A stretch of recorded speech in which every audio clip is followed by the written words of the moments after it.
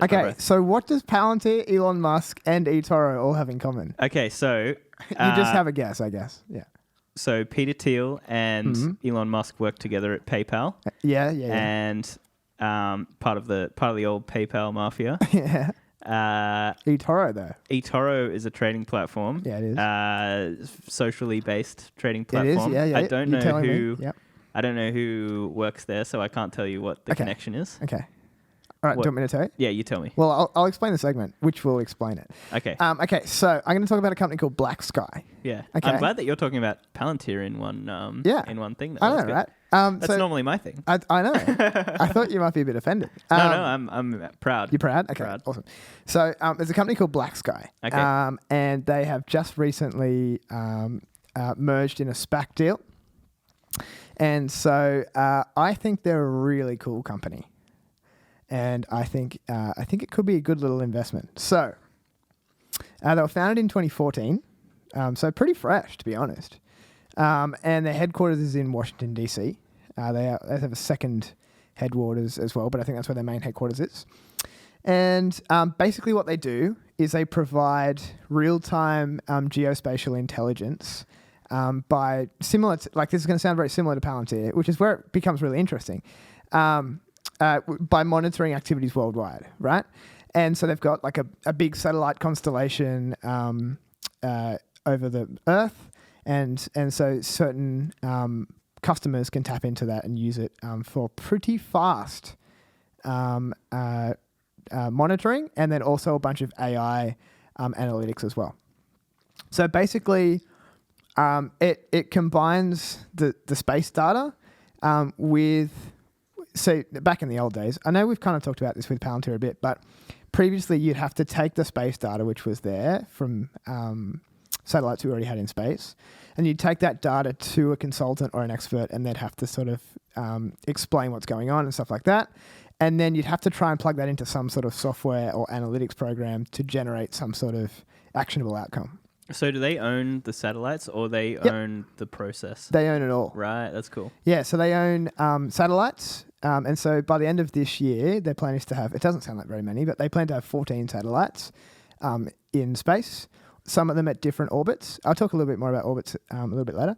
And you can use that with their trademarked and proprietarized platform. And it has a bunch of AI learning in it and stuff like that. So it can spit out a bunch of information without human interaction. And they've just recently SPAC'd. They've just recently SPAC'd. Yeah, cool. And there's some relation here to Palantir, which is actually really positive. So it's cool. Because from the outset, they probably seem like competitors, right? To a certain extent. And so they've got 175 employees, gives you a little gauge of scale. And they're founded by a guy named Jason Andrews. And so he got a Bachelor of Science, majoring in aerospace engineering, which is good, I suppose. And so he worked for like an aerospace company for 3 years, and then went straight on to start his own company, which is really interesting. And I'll give you a little bit more background there in a second. The CEO of Blacksky, so he's not the CEO anymore, Jason Andrews. The CEO, whilst he's still relative, like a little bit. He's just the founder. He's not the. He's the founder, Okay, and I don't think he's even a board member. I think he's still in the background. For example, I was looking at his Twitter, and when they announced the SPAC deal, they were going to go public. He like posted it and was pumped and stuff like that. So he's still kind of there in the background, but I'm not sure how official his capacity is. So Brian O'Toole, he excuse me, he is the CEO. Background on him is he did a Bachelor of Computer Science, and then he did more than over a span of a few businesses. He did more than 20 years. At both engineer, director, and chief technical officer levels within aerospace, 3D mapping, and geo-intelligence businesses. Yeah, cool. So that's pretty cool, like great wealth of Ties experience. it all in together. Exactly yeah. right. And so this guy, Brian, who's the current CEO, didn't found the company. He did start his own 3D mapping company that was successfully acquired in 2005. So that's pretty cool. Oh, yeah. And then he founded a geospatial intelligence solutions company called Openware that was successfully acquired by Blacksky in 2016. And so through that acquisition, Brian was first appointed as Chief Technical Officer. And then later in 2018, so 2 years later, he was promoted to CEO, and that's where he sits right now. So through that acquisition, I guess he became CEO. That's kind of cool. So basically, history on Blacksky itself starts with Jason Andrews. So Jason Andrews, as I said, he was the founder, and he had only a few years working for someone, and then went straight on in 1999 to start his own company called Andrews Space and Technology. Yeah. Okay. Yeah. And he actually did that with his wife and father, and so Sounds like a hard area to break into with no with not much experience and obviously not much funding and stuff yet. I guess key points here is he started it with his wife and father. I don't know what experience his father had. Maybe he helped him to break into that market, because as you're saying, it doesn't feel like... I feel like there's big barriers to entry. Yeah. It's like going up against NASA and you're like... And so I can't remember the arrangement, but Jason was like the CEO and his wife was like a director, and his father was like the COO or something like that. And they're all sort of in executive leadership positions. And so in 2003, so 4 years later, they changed the name to Andrews Space instead of Andrews Space and Technology. And basically what they did was they made CubeSats and nanosats. So it's cube satellites and nanosatellites. And they're just two different categories. So cube satellites are usually less than a kilogram. And they're made up, they kind of all clip together to a certain extent, and you might send a huge number of them up, and then they break apart into these tiny little CubeSats is what they're called. And then nanosats are a little bigger, and they're singular in nature when you send them up, and they're 1 to 10 kilos. And so the idea of them is they get deployed, and they can like observe the planet in pretty close to near real time was the plan. Yeah, cool. So this is kind of cool. You can see the relation to what Blacksky are doing here. It's kind of the foundation. And so that's his original plan. So that's his original company called Andrews Space. And so in 2009, so 10 years after he first started that first company, he starts a new company called SPACEFLIGHT. This is really interesting because SPACEFLIGHT was the first ever commercial space line. Oh, right. Yeah. Okay. So what they did is they didn't own any rockets, but what they did do is they provided like space transportation services through rideshare. Okay. Right. So I thought you were going to say they sold Virgin Galactic tickets. No. They just like resold them. They scalped them. They bought them for $250K and sold them for $300K. You can imagine SpaceX, for example, trying to prove this technology, and they're sending a rocket up into space for some reasons, but they have excess capacity to take on cargo. And so this company, SPACEFLIGHT, basically brokers that. And so you can approach SPACEFLIGHT and say, hey, I build satellites, which is their previous company. You can kind of see the connection here. I build satellites to try and get them into space. I don't have any rockets. Can I put my satellite in your rocket and send it up, and I'll give you X amount of dollars towards your flight? Yeah, cool. So you can see the connection there. So he's got a company that makes satellites. He's got a company that basically brokers access to using rockets. Yeah. And so then in 2013, he starts Blacksky Global. And so the idea of Blacksky Global is to kind of integrate the two and to bring in that technology to access some sort of data through what they've got. So the idea was to build infrastructure to observe the planet in real time, and he wanted 1 meter resolution satellites. So I've chucked a picture, and so you'll probably see it there, and it just shows the difference between, I can't remember exactly what it was, but it showed the difference between 1 meter squared resolution and a couple of other larger. And so it's actually quite good. And so for the first 2 years, so 2013, 2014, they operated in stealth mode, which is kind of cool. And so they didn't, it wasn't public. They didn't announce what they were doing, because obviously everything in that industry is, I suppose, kind of interesting to everybody else in the industry. So usually there's a lot of talk, but so they didn't tell anyone what they were doing. And so then in 2015, they formally unveiled at the Geospatial Intelligence Conference, which is the largest of its kind in the US, what they were doing. And they announced a flight that they were going to send a bunch of satellites up and stuff like that. And so in 2016... In 2016, they made that acquisition of openware, like I mentioned, which was Brian. That was his company. And it also notable in that is the openware's COO, so Chief Operating Officer. He was appointed as Vice President of Geospatial Solutions at Blacksky. I think that's kind of cool because the more you see C-level executives during a merger moving over into the new company, it kind of shows that like there's like positive vibes around the merger, right? Yeah.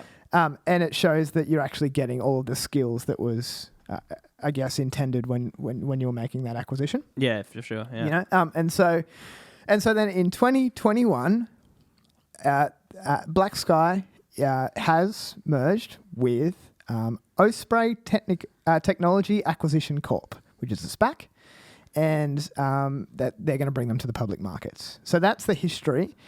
As I said, Brian's now the CEO. Jason, who founded it, is in the background a little more. But something that I think you'll find interesting is SPACEFLIGHT. So remember SPACEFLIGHT, this company that basically brokers... Yes, his second company. His second company. Yes. So they still exist. And so what they say is they will plan, license, integrate, transport, and launch satellites. So they've launched 385 satellites to date. They've launched almost 5 tons worth of satellites. Yeah, cool. They've served 32 countries. And they have 10 launch vehicles in their network, which doesn't seem like many, but I guess that's 10 rockets. That's pretty cool. 10 rockets. 10 rockets. Yes. So that's pretty cool. And so I thought, well, wouldn't it be cool to what if we wanted to launch our own satellite? Oh, because we could. HQLA rocket. Why not? HQLA satellite. So imagine if we had the capacity to do that. That would be Guys, great. Get around this. Let's do a GoFundMe. I think we put a little advertising billboard on it. Yeah. Subscribed. It's got like it's an LED screen. And It's got a live subscribe account. Yeah. Ticks up 107, 108. Yes. Okay. Do you want to know how much it would cost? Yes, I would like to know. Yes. So they have this full, it's one of their things is they wanted to make spaceflight as simple. Spaceflight of satellites, not necessarily, they don't do people, but spaceflight of cargo, as simple as booking an aeroplane ride. Yes. A flight is probably the way you would say that. And it's actually true. So I did it. So on their website, you go through, it takes it through, and I said, okay, how big do I want my satellite? And I said, 1 by 1 by 1 meter. Okay. Yeah. So it's 1 meter cubed. And what weight? I said 20 kilos. Felt pretty good. It's a 2-man lift, but it's not too heavy. Yeah. And so inclination. So this is where we talk a little bit about orbits. I went with SSO, which is 500 to 600 kilometers, which is kind of the vibe you were talking about. And that's sun synchronous That's how orbit. far out they take it in orbit. Yeah, okay. And so that changes the angle that they send it off or something like that. And so I don't know much about this, but so sun synchronous orbit is what that stands for. And basically the premise of it is it allows the satellite to pass the Earth at the exact same time every day. And so you can get like a photo of a certain city every day at the same time, see changes and stuff like that. Cool. So we could do that. So that's the inclination. Yeah. We could take a really far away shot of us doing this. Yeah. When we're doing an outside episode. That'd be sick. Yeah. And so I sent that away. I clicked enter and came up with some information. It said I could send it mid-morning, Q2 2022. Okay. Is the earliest. In mid-morning? Mid-morning. In Q2? In Q2. Okay, great. and it was going to cost me... Do you want to have a quick guess? All right, so I reckon launching a rocket would cost $150 million, which means launching a satellite would cost $40 million. 1.84 million. 1.84? Yeah, USD. Okay. And you don't even have to pay it all today. Only 10 grand. 10 grand today. Down payment. 100 or 90%, 8 months out from the launch.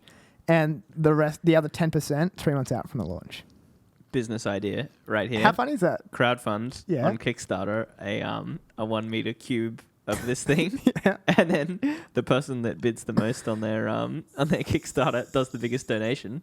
Gets to choose what they send up in there. Or they get their name. They get their name on the LED screen. Yeah, they get their name on the LED screen, and it's but you have to bid, like you have to outbid everyone else. Yeah, and you don't tell them what the other bids are. Yeah. So people are just bidding huge. Yeah.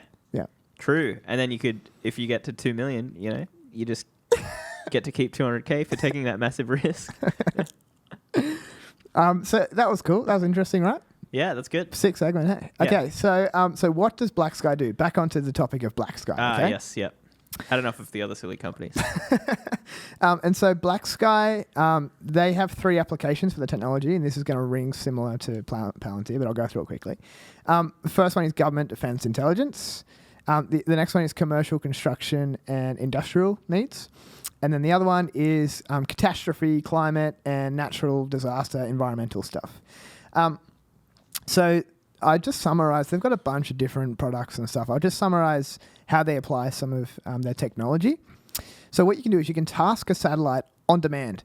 That is quite cool in itself. So Palantir has a lot of cool technology, but I think from what I could gauge from what you were saying, sounds like they got like sort of quite big customers, and it's all very like formal and structured, and it's like, this is our big plan, and so Palantir goes and assigns, you know, this satellite to this mission and all this stuff. What Blacksky are doing is they're kind of trying to do it a bit more lightweight to a certain extent, and you can literally just task a satellite on demand, and within 90 minutes you can get a live feed of a particular place on Earth. It's like Uber for satellites. Sure. It's pretty cool. And so, yeah, so it's pretty cool. And so they say they've got like a very simple, intuitive interface, which they say it's as easy as using just your iPhone or something like that. They actually say that. Cool. So it's kind of cool. And so they also have the AI-powered analytics that can derive insights with minimal human interaction. So that's kind of cool as well. And so they also have access to third-party constellations, meaning third-party satellites that they can utilize, I think. And also third-party imagery archives. So let's say, for example, you really need an image of a particular landscape because you're going to build a bridge or something. As Blacksky, we can say, yeah, we can send something there, but we actually already have archived in this folder here from a month ago some footage that we have, you know, it's probably going to save you money. Here's that. Yeah, true. So they've got that option as well, which is kind of cool. And so they can monitor objects in critical locations. Sort of, you know how you were talking about that Chinese sub, that when it moves, it knows that it's an anomaly. Segment. And so it'll tell you, it has that sort of stuff as well. So it can track ports and airports. And I was watching one where it was like, it was monitoring a car park in an airport, and it had changed the colours of the car parks depending on how frequently they were used. And so it was really easy for the management to see, you know, the red car parks were really used a lot. White, like, you know, the green ones are never used. We could turn that into something else. Yeah. So that's pretty like crazy, that. Using a satellite to control your car parks. That's there's a photo online we can grab of that. And then the other one is it can detect natural anomalies as well. So it can provide very quick disaster footage because it'll detect an anomaly somewhere. I don't know whether it's wind speeds and, you know, that kind of stuff. So that's kind of cool. And then they also do like you can design and build and launch mission-specific constellations with them as well. So if you want to make your own satellite for some purpose-built reason, you can also do that with their support. Yeah, cool. So that's pretty cool. They got a bunch of different jargony tools and stuff related to that. But one thing that they say, which I think is really cool, is they say what used to take 2 to 3 days and cost $120,000, they can provide in less than 2 hours for the cost of $12,000. Cool. Pretty good. Yeah. So that would have been what they're talking about there, is repurposing someone else's satellite, trying to figure out how to get it on the right track. Yeah, okay. Exactly. Yeah, cool. And so quick run of their performance. So for 2021, their revenue, and similar to Palantir, they can predict their revenue relatively accurately because they have a lot of large customers, and they know what their spending is going to be from the outset. They know they've got a project coming up next year, and so they can predict this stuff better than direct to customers, like to consumers, businesses. Yeah. And so 2021 revenue is on track for nearly double 2020. And 2022 revenue still remains on track for more than double this year. So that's pretty cool. And the reason for that is there's expectations for 4 significant customers that are unnamed, obviously, to, on average, 4x their spend from 2021 to 2022. It's the Taliban and Al-Qaeda. Well, I'm about to mention that in a second. It's not, I don't think it is, but I'll bring that in a second. So they have an expected positive EBITDA for 2022, and which is pretty soon, which is pretty cool. and they expect to be free cash flow positive by 2024, which is pretty good. couple of years away. And by 2025, they expect to have over $200 million in EBITDA. And so the reason for that, or I guess the reason for that is they have a proven scalable 80% gross margin and 45% EBITDA margin. Okay, cool. Which is pretty good. That's earnings before interest, tax, depreciation, and amortization. That's correct. And so the current total addressable market is they I guess calculate to be $13 billion plus.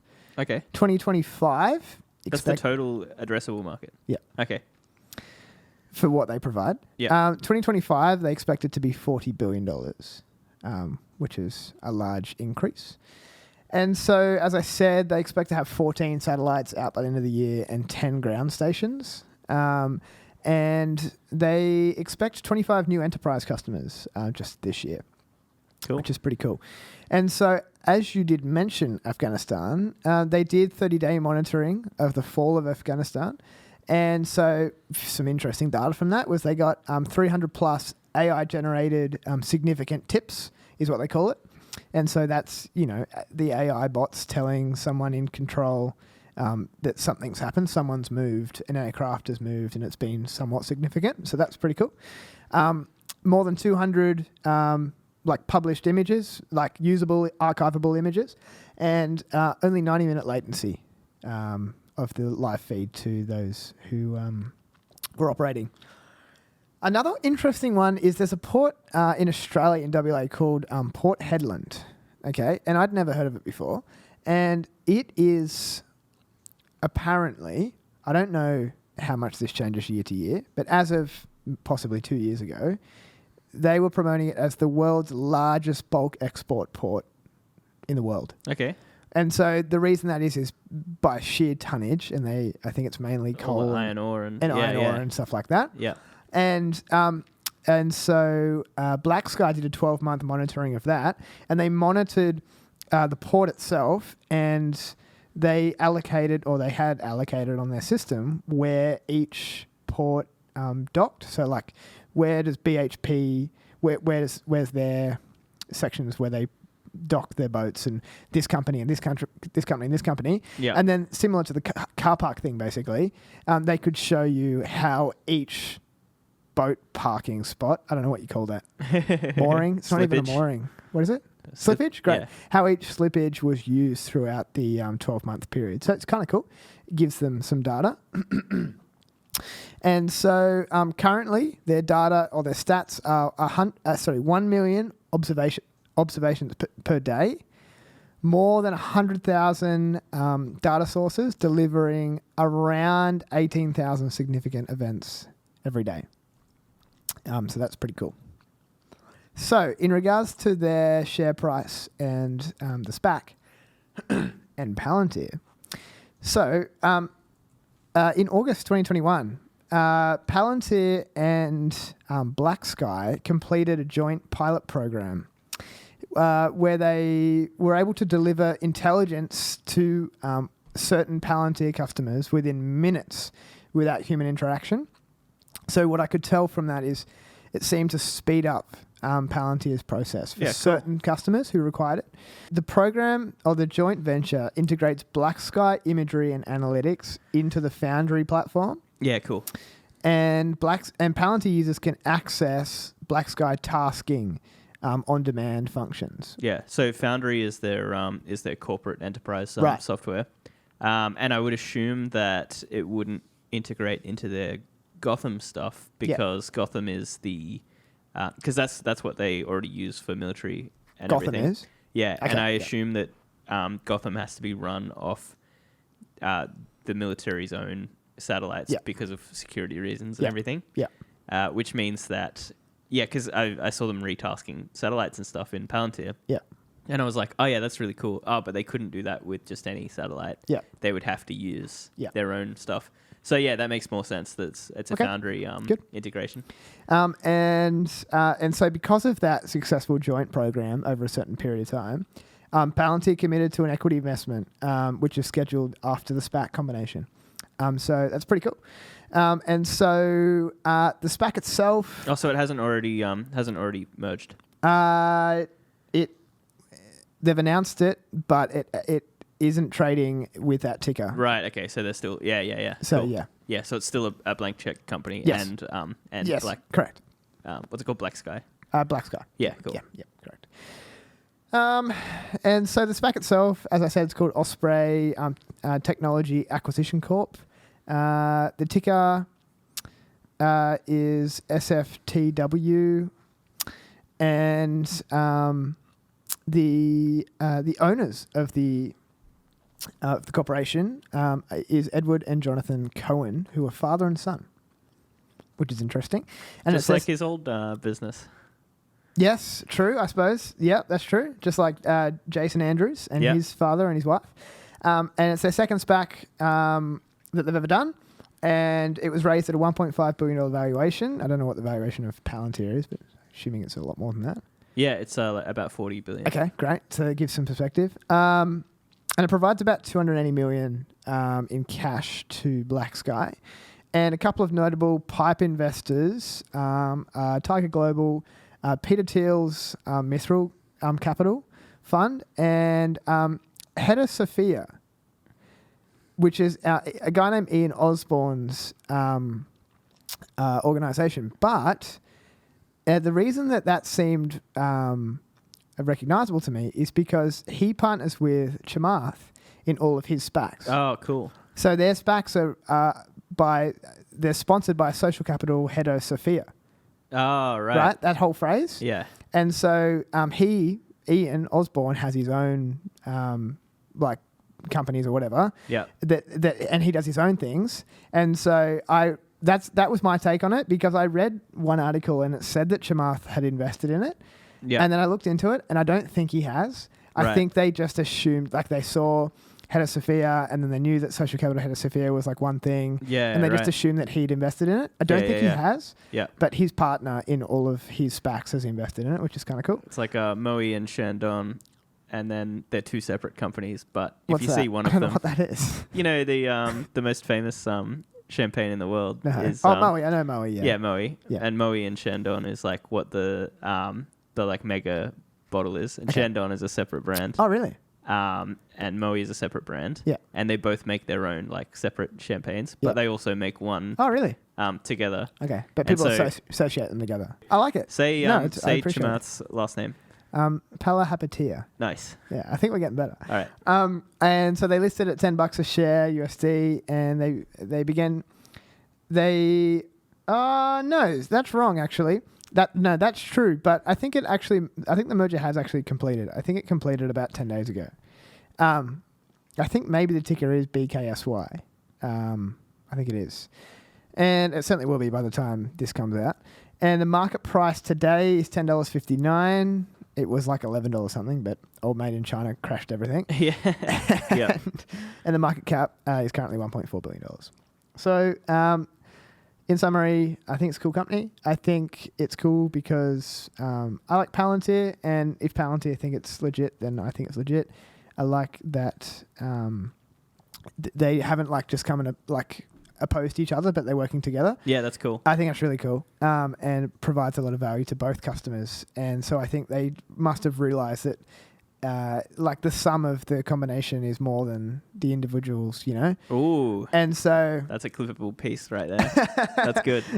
And so I think that's really awesome. And so I think it's good business. I own a little bit, and I might buy more.